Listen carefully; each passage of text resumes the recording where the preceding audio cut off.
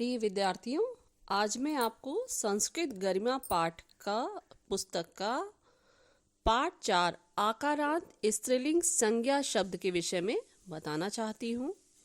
इसमें वे शब्द जो स्त्री जाति का बोध कराते हैं तथा जिनके अंत में अधिकतर आ स्वर आकारांत स्त्रीलिंग संज्ञा शब्द कहलाते हैं। इसका अभ्यास कार्य मैं आपको बताना चाहती हूँ कि इसमें निम्नलिखित जो पहला अभ्यास है, निम्नलिखित संस्कृत शब्दों के लिए हिंदी शब्द लिखिए। पहला शब्द है नासिका, नाक, चटका, चिड़िया, वाटिका, बगीचा, ललना, महिला, तुला, तराजू, कलिका, कली, सारिका, मैना, पिपीलिका, चींटी, छात्रा, विद्यार्थिनी, घटिका, घड़ी, नौका, नाव, मक्षिका, मक्खी, सरिता, नदी, धरा, पृथ्वी, कोकिला, कोयल, कोयल, सेविका, नौकरानी, ग्रीवा, गर्दन, अजा, बकरी। ये सभी एक वचन में है, तो इसलिए आप इसका केवल एक ही वचन का प्रयोग करेंगे। इसके आगे एक नाक, एक चिड़िया, ये सब लगाने की नहीं है, लेकिन ये है एक वचन में। आपका द्वितीय अभ्यास है निम्नलिखित हिंदी शब्दों के लिए संस्कृत शब्द लिखिए।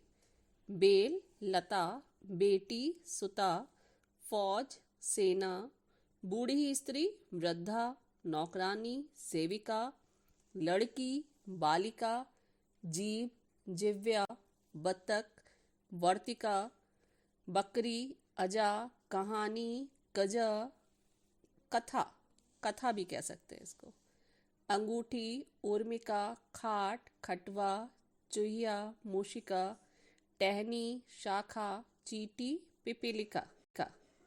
इसका तृतीय अभ्यास है निम्नलिखित शब्दों के स्त्रीलिंग रूप लिखिए। अब इसमें एक पुल्लिंग दिया हुआ है, एक स्त्रीलिंग दिया हुआ है।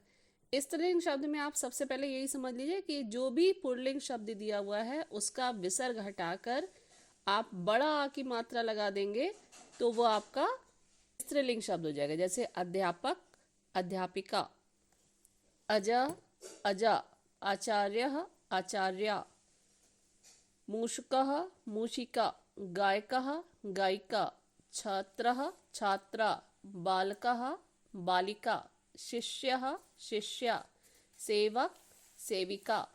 इसका चौथा अभ्यास है निम्नलिखित शब्दों को लिंग के अनुसार छांट कर लिखिए। इसमें पुल्लिंग और स्त्रीलिंग अलग अलग दिया है, तो सबसे बड़ी पहचान यही है कि जिसमें बड़े आ की मात्रा लगी है वो आपका स्त्रीलिंग है, जिसमें विसर्ग लगा है वो आपका पुल्लिंग है। तो पहले हम पुल्लिंग शब्द ले लेते हैं। अश्वः, अश्वः, आकाशः, अनलः, अजः, मूषकः, सिंहः, शकटः, श्वानः, हरिणः। इसके बाद जो आपके बड़े आ की मात्रा वाले शब्द हैं जैसे चटका, शारदा, अजा, कलिका, मूषिका, शाखा, अध्यापिका और नासिका, ये आपके पुल्लिंग और स्त्रीलिंग अलग अलग हो जाते हैं। इसका पांचवा अभ्यास है कि निम्नलिखित शब्दों को वचन के अनुसार अलग अलग कोष्ठकों में लिखिए। इसमें एक वचन, द्विवचन और बहुवचन दिया हुआ है। तो पहले इसका हम एक वचन लेते हैं। इसमें लता, चटका, वर्षा, नायिका और द्विवचन में अजय, शिक्षिके, मक्षिके, कोकिले, सेविके। और अब आता है आपका बहुवचन। बहुवचन में आपकी बड़े आ की मात्रा विद विसर्ग होगा। तो कलिकः, नौकः, जटः, कन्याः, गायिकाः। इसका छठा अभ्यास आ जाता है आपका कि निम्नलिखित शब्दों के एक वचन, द्विवचन तथा बहुवचन के रूप लिखिए। सरिता, सरिता, सरिते, सरितः।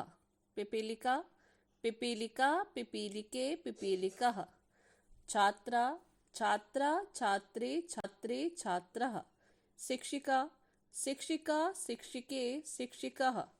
कलिका, कलिका कलिके कलिकः अजा अजा अजे अजः कमला कमला कमले कमलः वाटिका वाटिका वाट चटका चटका चटके चटकः मक्षिका मक्षिका मक्षिके मक्षिकः माला माला माले मालः मूषिका मूषिका मूषिके मूषिकः लता लता लते लतः नौका नौका नौके नौकः गदा गदा गदे गदः।